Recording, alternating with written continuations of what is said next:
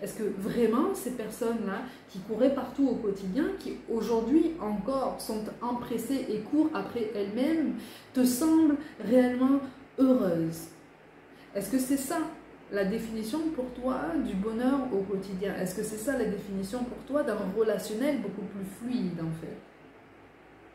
Ton relationnel sentimental a été mis de côté pendant un moment pour te reconnecter à ta vie, pour te reconnecter à ton bien-être. Et pour certains d'entre vous, tu vas être sur le point de changer de carrière aussi. Certains d'entre vous, encore une fois, je le rappelle, c'est général, donc prends vraiment ce qui te parle et ce qui t'aide.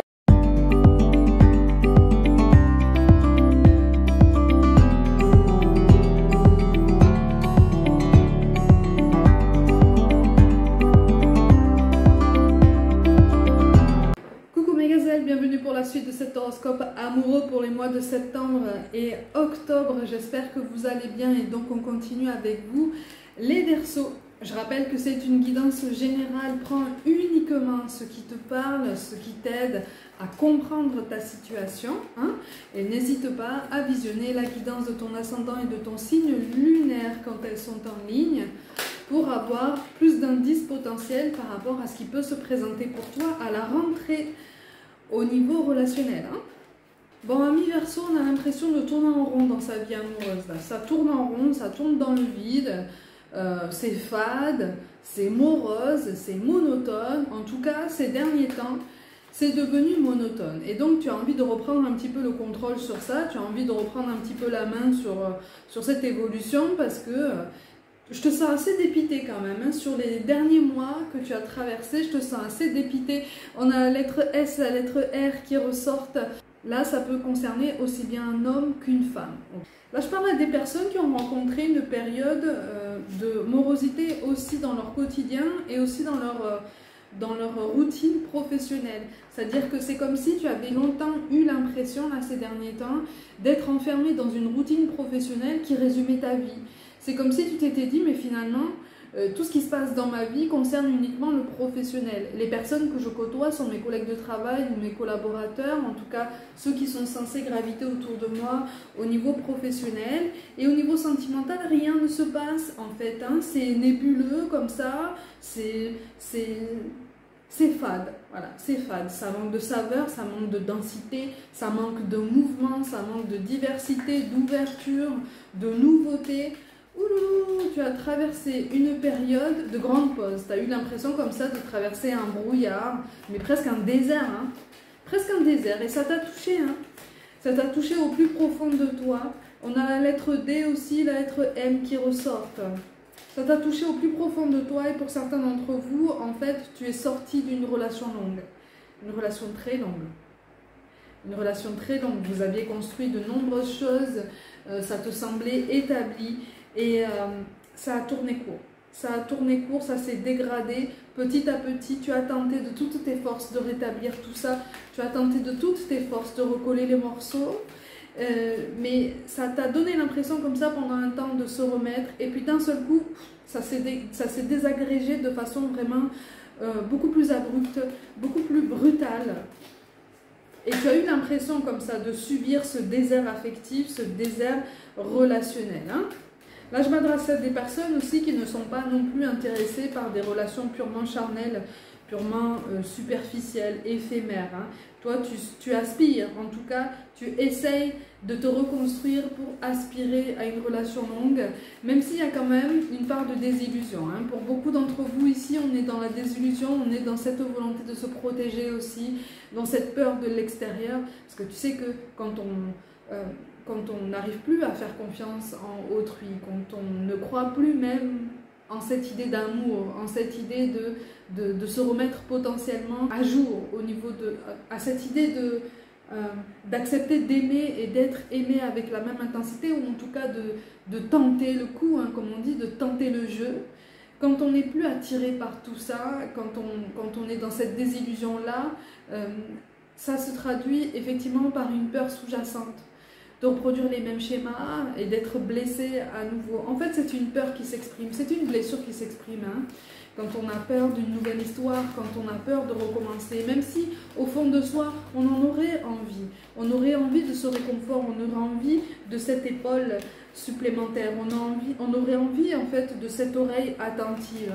Mais pour l'instant, tu recherches ton équilibre personnel. Pour l'instant, tu recherches un nouveau rythme personnel, mais équilibré. C'est-à-dire que c'est comme si tu t'étais clairement perdu dans ton travail, dans ta carrière. Tu t'es noyé, tu t'es fondu en fait dans tout ce que tu pouvais contrôler jusqu'à présent. Parce que dans ta vie relationnelle, tu as eu l'impression, encore une fois, de traverser soit le désert, donc aucune rencontre, aucune nouvelle rencontre, aucune nouveauté, soit un désert affectif, en ce sens que pour beaucoup d'entre vous, tu penses encore à cette personne avec qui la relation s'est terminée, qui a été très longue, et voilà, pour qui tu as tout donné en fait, tu as envisagé tous les moyens pour recoller les morceaux, mais ça s'est terminé, et visiblement ça s'est terminé de son initiative davantage, hein, davantage que de la tienne. C'est pour ça que je te parle d'une solitude qui a été subie pendant longtemps.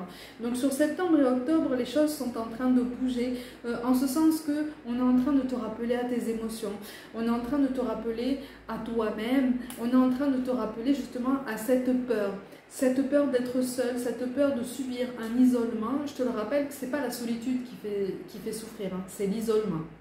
Okay? L'isolement, c'est une solitude qui est subie, hein, pour différentes raisons. La solitude, c'est quelque chose dont on a tous un petit peu besoin pour pouvoir respirer, pour pouvoir travailler notre indépendance physique, émotionnelle, voilà, notre individualité, pour pouvoir vraiment nous retrouver et profiter en fait d'un moment seul avec nous-mêmes pour aimer la vie, en fait, pour aimer la vie d'un point de vue beaucoup plus général. Ok? Est-ce que tu aimes ta vie, toi? Est-ce que tu aimes ta vie en ce moment? Est-ce que tu te parles avec le cœur? Est-ce que tu te considères entièrement?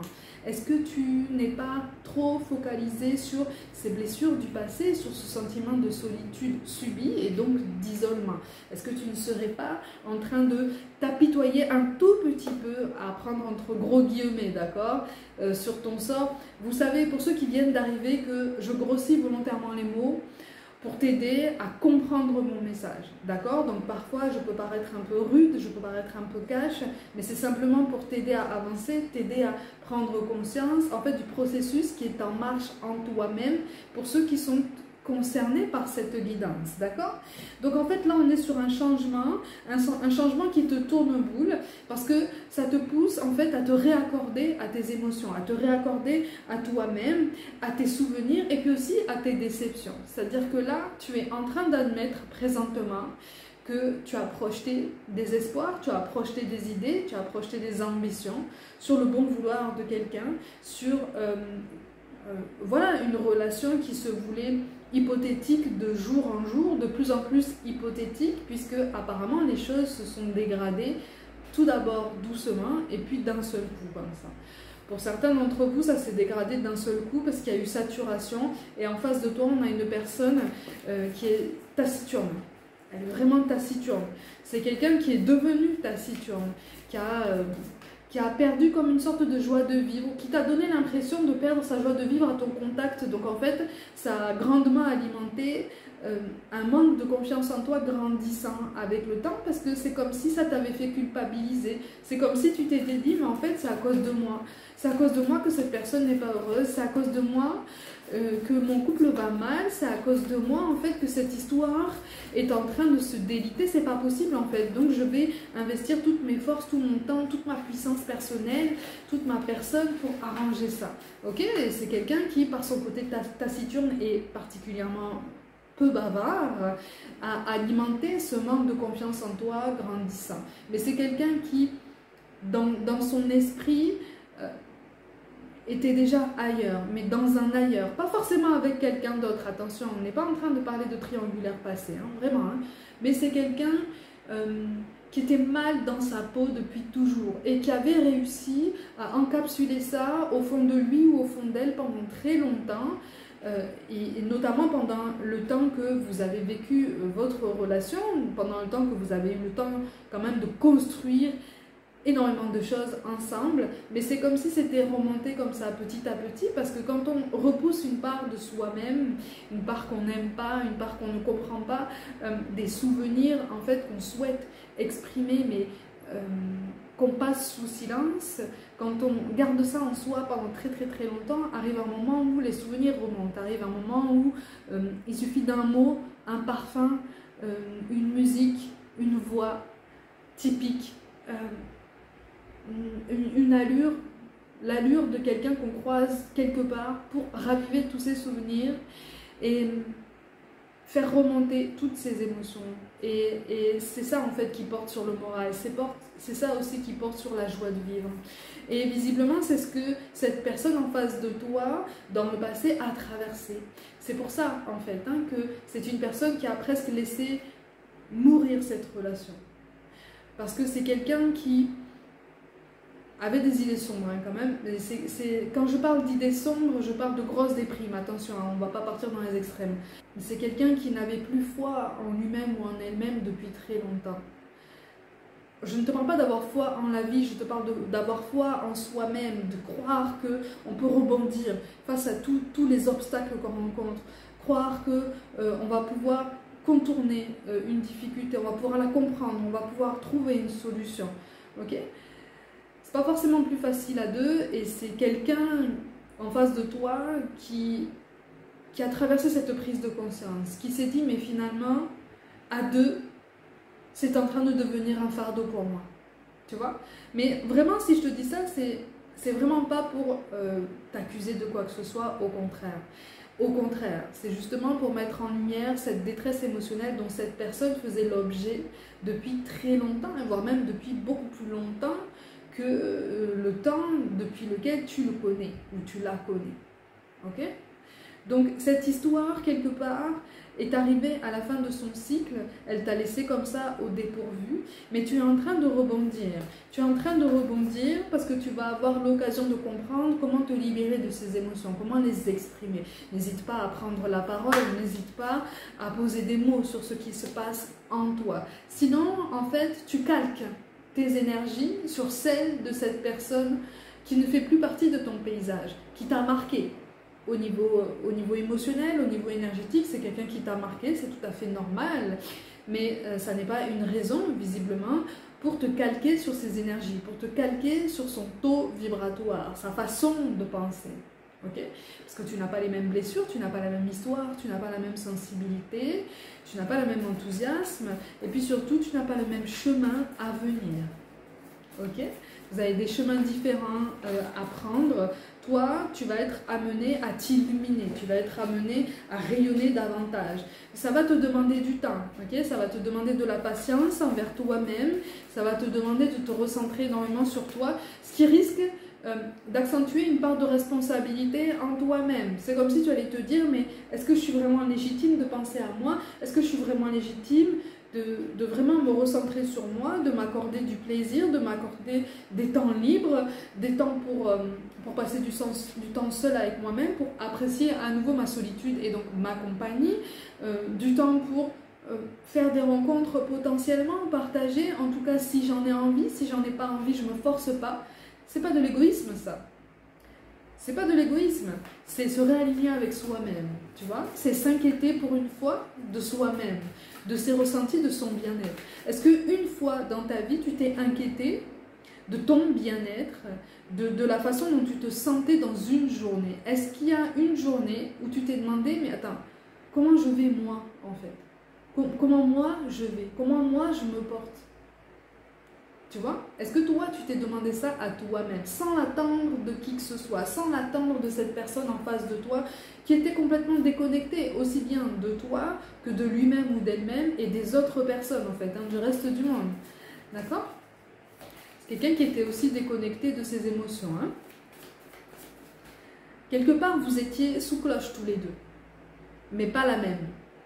Tu vois, et là c'est comme si on t'a mené en fait en douceur, avec beaucoup de bienveillance, avec beaucoup de souplesse envers toi-même, à prendre conscience que cette cloche que tu t'es installée par la force de tes pensées, par la force de ta détermination à renier, entre guillemets, ce qu'on appelle les red flags, hein, donc les signaux d'alerte, pour te dire de faire attention à toi-même, pour te prévenir qu'il était temps de prendre soin de toi, de prendre soin de ton bien-être, de ton histoire, et puis aussi de tes nœuds karmiques individuels, hein, parce que c'est quand même lourd aussi pour toi. Toi aussi, tu as une histoire très lourde, tu as une sensibilité qui est à fleur de peau depuis ces derniers mois.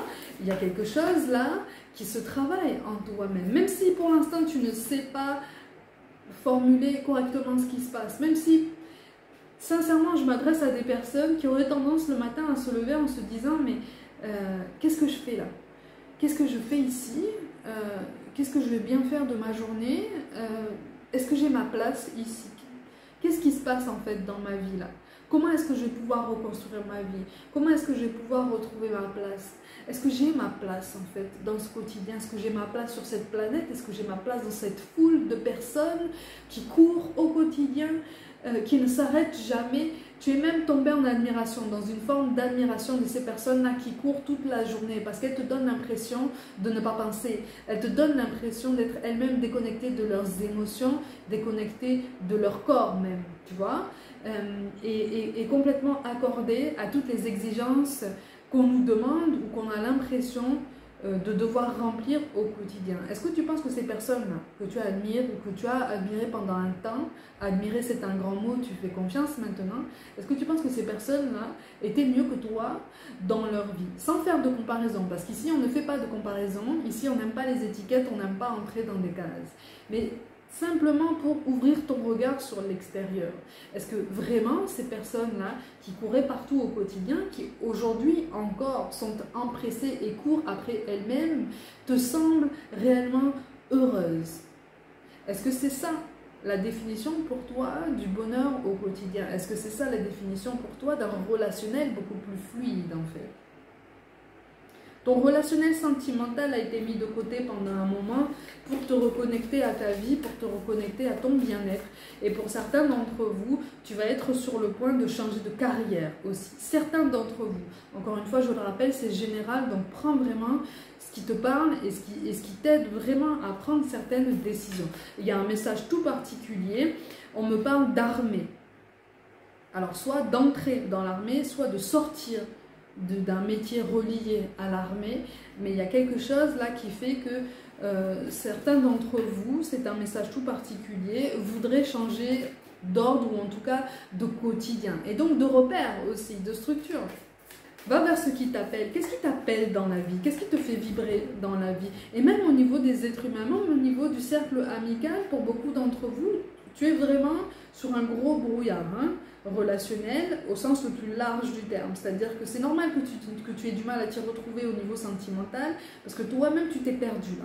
Toi-même tu t'es perdu durant cette dernière histoire et même au niveau de ton cercle amical tu ne te retrouves pas. Tu as l'impression comme ça d'être entouré de personnes, pas forcément beaucoup, hein, mais d'être entouré de personnes qui ne vibrent plus avec qui tu es, qui ne vibrent plus avec tes ambitions, qui ne vibrent plus avec ta vie. Parce que quelque part, la vie qui est la tienne aujourd'hui, quand tu la contemples, quand tu poses ton regard sur ta vie, de moins en moins de choses sont en train de vibrer pour toi, de moins en moins de choses ont de sens pour toi. Pourquoi ça n'a pas de sens pour toi-même? Pourquoi ça n'a pas de sens? Je te l'ai dit tout à l'heure, parce que tu es resté calqué sur les énergies de cette personne qui ne fait plus partie de ton paysage. Tu vois? Elle ne fait plus partie de ton paysage. Mais tu t'étais tellement calqué sur son rythme, sur sa façon de prendre le quotidien, sur le fait d'arrondir les angles pour ne pas contrarier son humeur, son tempérament, sa sensibilité, que tu t'es toi-même construit une cage, en fait, tu vois, une cage de pensée, une cage de comportement, une cage quotidienne de laquelle on t'appelle à sortir. Ça n'est pas toi tout ça. Ça n'est pas toi tout ça, tu vois. Toi, tu as tout le potentiel pour te relever de tout ça. Tu as tout le potentiel pour pousser cette porte de cette cage et te dire stop maintenant. Stop. Stop parce que ça n'est pas la vie que je souhaite mener avec moi-même. Ça n'est pas la vie que je souhaite mener potentiellement avec quelqu'un d'autre si, ou en tout cas quand, je reprendrai espoir pour faire une nouvelle rencontre. Tu vois, donc en fait, sur septembre-octobre, on en est là, en fait. Hein, on est sur une prise de conscience qu'effectivement, ben, tu as un tournant de ta vie qui est capital, qui est déterminant et qui est magnifique. Il est magnifique. Ta vie est plus belle que ce que tu penses. Ta vie a tout le potentiel pour être beaucoup plus intense que ce que tu penses. Pourquoi? Parce que toi, tu as perdu de vue la belle personne que tu es. Tu as perdu de vue ta sensibilité. Tu as perdu de vue ton intensité. Tu peux faire vibrer quelqu'un, ok, par ton tempérament, par ton histoire, par ta façon d'aborder ton quotidien, par tes bons mots aussi, parce que pour certains d'entre vous, vous êtes capable de bons mots, vous avez un humour quand même assez particulier. Il y a une fleur blanche aussi qui apparaît visiblement. Pour certains d'entre vous, vous aimez les lys aussi. Il y a quelque chose de très significatif de ce côté-là. Lys et... Il y a le prénom Lila aussi qui apparaît ici. Voilà. Quand j'ai les prénoms en entier, je te l'ai dit, il y a le prénom Lila aussi qui apparaît. Mais tu as perdu cette pétillance, c'est ce que j'appelle cette pétillance, cette flamboyance qui fait toujours partie de toi, malgré tout. C'est simplement un petit peu éteint en toi-même, tu vois. C'est ce qui participe de ce qu'on appelle la force vitale. La force vitale, c'est pour te donner une signification très symbolique, cette espèce de feu ardent qu'on a au fond de nous et qui nous porte au quotidien et qui nous porte de plus en plus fort et d'autant plus fort quand on traverse des moments difficiles. Et quand on a traversé ces moments difficiles, qu'on a trouvé un chemin vers une résilience, vers un mieux-être, vers une guérison, un apaisement par rapport à un chagrin d'amour, parce que c'est ça en fait, hein, c'est un gros chagrin que tu as, c'est un énorme chagrin. Quand on prend du recul par rapport à tout ça et qu'on regarde en arrière, parfois on se demande comment on a fait en fait, comment on a fait pour tenir debout, comment on a fait pour en arriver là, comment on a fait pour résister aussi fort. C'est ton feu ardent à toi, c'est ta flamboyance, c'est ta pétillance, c'est ta personne, c'est ta force, tu vois. C'est en ça que tu es unique, c'est en ça que tu peux être remarquable et donc remarqué, ok? Mais pour beaucoup d'entre vous, en tout cas ceux qui sont concernés par cette guidance, pour l'instant, sur septembre, octobre, on n'est pas sur une rencontre significative parce qu'on veut prendre le temps. Et surtout, sur cette rentrée, on est encouragé à s'apaiser. L'apaisement est là, même si tu n'y crois pas, même si tu n'y crois plus, même si tu es fatigué. L'apaisement est là, il est pour toi. Il est pour toi. À partir du moment où tu vas recommencer, et pour beaucoup d'entre vous, à partir du moment où tu vas commencer enfin à te soucier de ta personne, à te soucier de ton bien-être. Et pour certains d'entre vous, une énergie féminine, une femme dans une énergie féminine, dans ton cercle amical, risque de prendre un petit peu de recul, ou en tout cas de se mettre un petit peu en retrait par rapport à toi, parce que c'est quelqu'un qui a usé aussi de son influence pour te maintenir un petit peu dans tous ces nœuds karmiques, dans tout ce mal-être, cette morosité, parce que ça l'arrangeait en fait. C'est quelqu'un qui n'était pas spécialement honnête avec toi et qui préférait te voir dans cette forme de morosité, cette forme de ralentissement personnel, comme pour se rassurer. Tu vois, c'est pas sain tout ça, c'est toxique tout ça comme amitié. C'est toxique, donc en fait l'univers a fait du ménage autour de toi. L'univers a fait du ménage autour de toi. Les guides t'accompagnent. Tu n'es pas seul, tu n'es pas dépourvu, tu n'es pas abandonné, tu n'es pas rejeté. Tout ça, ce sont des sensations qui font remonter en toi des souvenirs qui te donnent l'impression d'être dans cette situation. Tu vois? Et tu n'es pas dans cette situation. Regarde bien la carte. Il y a une clé, hein? Il y a une clé sur cette carte. Il y a une clé sur cette porte. Cette porte, elle va te mener à tous les changements auxquels tu n'oses plus aspirer pour toi-même. N'aie pas peur de la solitude. N'ayez pas peur de la solitude, mes gazelles, parce que c'est quelque chose qui est essentiel, visiblement, à votre transformation. C'est quelque chose qui est essentiel pour t'aider à te relever, en fait. Tu vas te relever. Tu vas te grandir. Et un jour, tu vas penser à ton passé d'une façon beaucoup plus apaisée, avec plus de calme. Ça va moins te toucher, ou en tout cas ça va de moins en moins te toucher. Parce que tu vas accepter la réalité de ce passé, tu vas accepter aussi le fait que tu as fait tout ce qu'il fallait pour essayer d'arranger les choses, mais que ça ne devait pas se passer comme ça. Parce que du mieux se présente pour toi, du mieux se prépare pour toi. C'est sur ça qu'on essaye d'attirer ton attention. C'est normal donc aujourd'hui que tu aies cette sensation d'être dans le brouillard, comme pour te pousser à prendre des décisions qui te font peur, pour peut-être changer de carrière, pour commencer à penser à toi-même et à te donner toute cette bienveillance et cette souplesse dont tu t'es privé, plus ou moins volontairement, pendant tout ce passé. Pour beaucoup d'entre vous ici, tu as reçu aussi une éducation très stricte. Dans ton enfance, ton éducation a été très stricte. Donc, quelque part, tu as reproduit un petit peu beaucoup même, pour certains d'entre vous, un schéma familial qui était fermé, qui n'était pas ouvert de toute façon sur la démonstration de sentiments, la démonstration d'affection, les gestes tendres, les mots doux, même les petites pointes d'humour, les bonnes blagues, en tout cas, comme je te l'ai dit, hein, les bons mots bien placés. Tout ça, c'est quelque chose qui est en toi et qui a constitué un cocktail quand même assez particulier en grandissant. C'est-à-dire que tu t'en es servi comme tu pouvais pour te construire, pour grandir et pour essayer de retrouver un ensemble de repères similaires pour construire une vie de famille, pour construire une vie de couple par après. Parce que c'était les seuls repères que tu avais. Tu vois, c'était les seuls repères, c'était les seuls bagages que tu avais. On t'a pas guidé pendant tout ce temps à reconnaître en toi tout le potentiel qui est le tien. Tout le potentiel qui est, je te le rappelle, sans limite. D'accord? Toute cette capacité à t'apporter de l'amour, toute cette capacité à t'apporter de l'attention, à te recentrer sur toi avant de te fondre complètement corps et âme dans une relation. Okay? Donc de toute façon, tu as été clairement échaudé. Donc pour beaucoup d'entre vous, tu es même en train de te dire actuellement, non, non, jamais je recommence, jamais je ne rencontre quelqu'un d'autre parce que ça fait trop mal.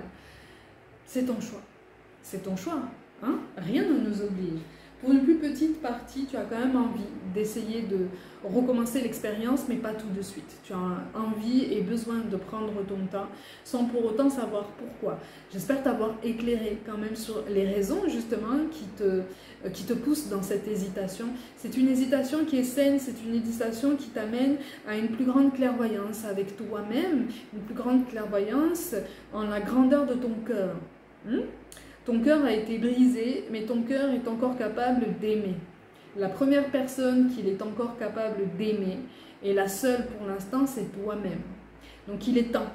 Il est temps que tu entoures ton cœur de cette douceur dont tu as manqué jusqu'à présent. Il est temps que tu lui redonnes cette intensité. Cette intensité, elle va passer par du nouveau dans ta vie. Donc encore une fois, certains vont changer de carrière, d'autres vont s'ouvrir au monde d'une autre façon avec beaucoup de timidité. J'en vois qui vont s'ouvrir à des activités artistiques ou en tout cas associatives en pointillé, parce que ça demande beaucoup de courage et pour certains d'entre vous, même ces derniers temps, tu t'étais un petit peu cloîtré chez toi, tu n'avais même plus envie de sortir, la moindre sortie à l'extérieur était devenue un exploit ou en tout cas un gros effort. C'est un début d'anxiété, hein, ça, hein. C'est un début d'anxiété parce que tu réfléchissais énormément. Tu as trop réfléchi, si tu veux. Tu as pensé, tu as anticipé, tu as supposé, tu as établi des conclusions personnelles très rabaissantes aussi pour toi-même. Tu vois, il est venu le temps de cesser d'être aussi autoritaire avec toi-même.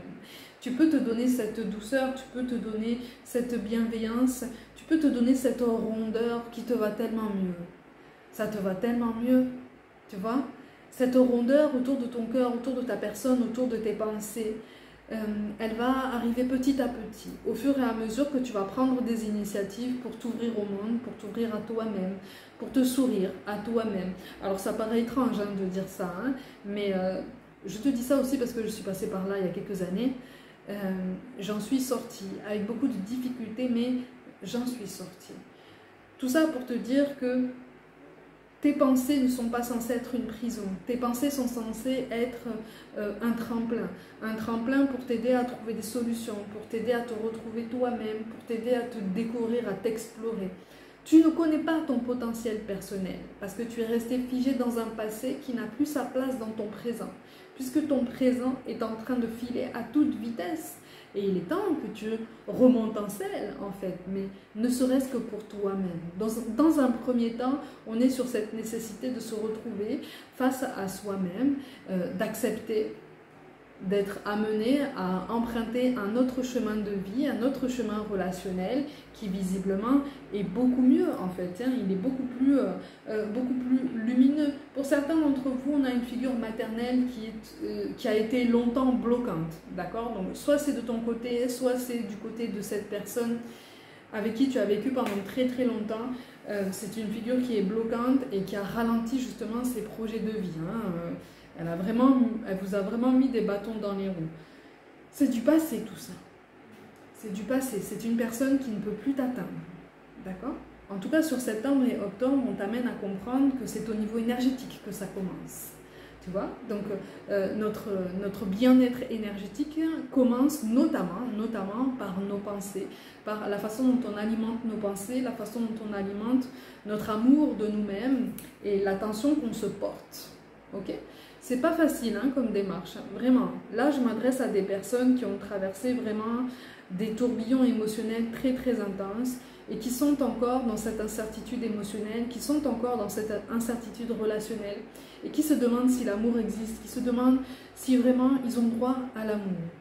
Ce que je ressens pour toi, c'est que le premier amour, le seul et le plus intense auquel tu as droit présentement, c'est celui que tu vas accepter de te donner dans les mois qui arrivent et dans les années qui arrivent et pour le reste de ta vie. Okay?